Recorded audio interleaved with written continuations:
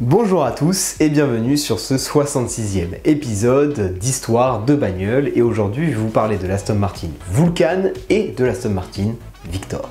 La Ferrari FXX présentée en 2005 était la première voiture à apporter le concept d'hypercar pour les clients les plus fortunés et les plus exceptionnels de la marque. Le concept ne s'arrêtait pas uniquement là et s'ancrait dans un programme bien plus large qui chez Ferrari s'appelait le programme XX. Ce programme consiste à mettre à disposition des clients des courses avec des mécanos, le transport de la voiture pris en charge, etc., etc. Le tout pour que les clients puissent courir dans de vraies courses automobiles, le tout sans trop se prendre la tête. Nombreuses sont les marques qui vont suivre cet exemple, Lamborghini en 2011 avec la Sesto Elemento, McLaren en 2015 avec la P1 GTR et même Ferrari eux-mêmes qui vont renouveler leur programme XX avec la FXXK en 2014. Alors que personne n'y s'y attendait, Aston Martin va travailler sur un programme similaire. Et c'est assez étonnant puisque c'est une marque plutôt connue pour des coupés grand confort, au design plutôt classe, des voitures qui n'ont pas des performances non plus complètement ahurissantes. Des bonnes performances, il n'y a pas de problème, hein, on est bien d'accord, mais on est loin d'être sur le summum de la performance. C'est pas le but d'Aston Martin, ça ne l'a jamais été. Peut-être dans le passé, mais bref, actuellement, c'est pas le but. Et donc ils vont surprendre tout le monde en présentant en 2015 l'Aston Martin Vulcan.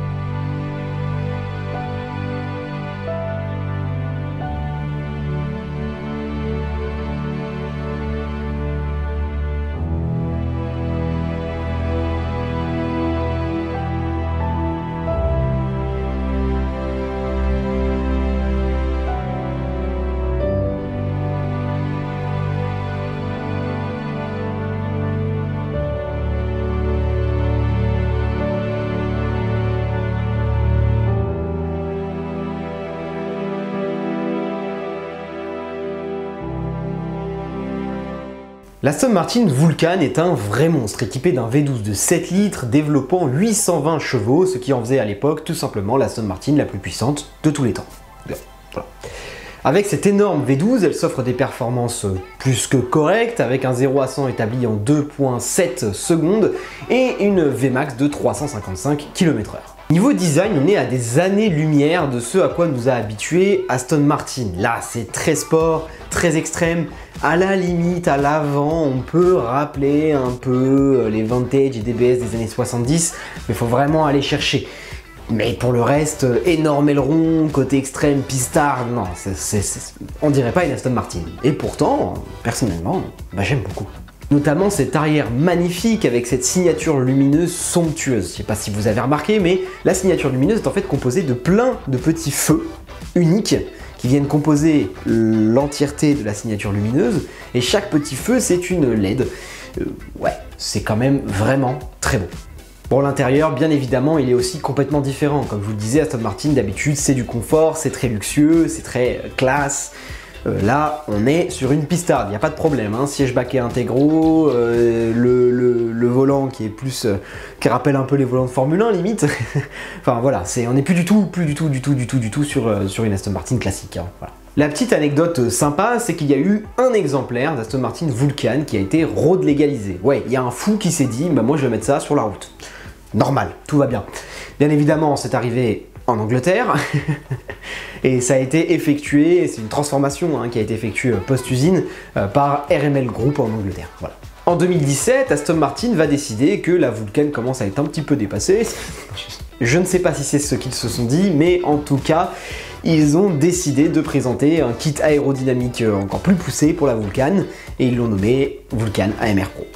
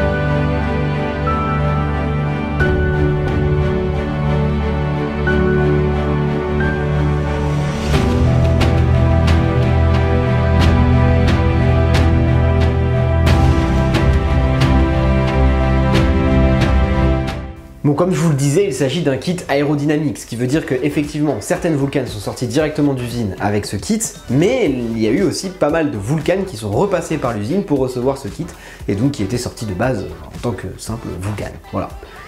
Donc c'est pas vraiment un nouveau modèle ou une nouvelle série ou je sais pas quoi, c'est juste un pack. Voilà. Par contre, ce qui est intéressant, c'est que AMR Pro va devenir par la suite, surtout AMR, après Pro, bon voilà, mais ça va devenir le nom du département de course d'Aston Martin. En 2020, Aston Martin présente à nouveau un modèle qui va à nouveau surprendre tout le monde, la Victor.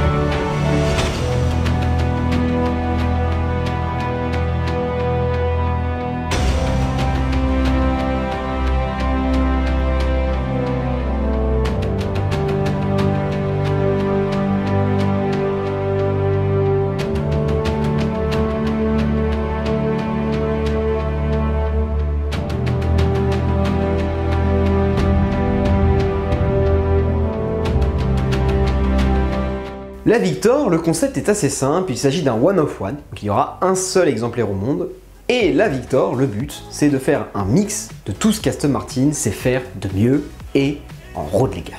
Bon, forcément, la Vulcan à ce moment-là, c'est exactement ce qu'Aston Martin sait faire de mieux, mais la Vulcan, elle n'est pas road légale. Alors Aston Martin va utiliser un autre modèle exceptionnel de la marque comme base, la 177. Bon, la 177, je vous en ai déjà parlé en vidéo, donc si vous voulez en savoir plus sur ce modèle, je vous conseille d'aller voir cette vidéo. Voilà. Pour faire bref, hein, il s'agit du modèle road légal le plus exceptionnel qu'avait fait Aston Martin avant la Vulcan.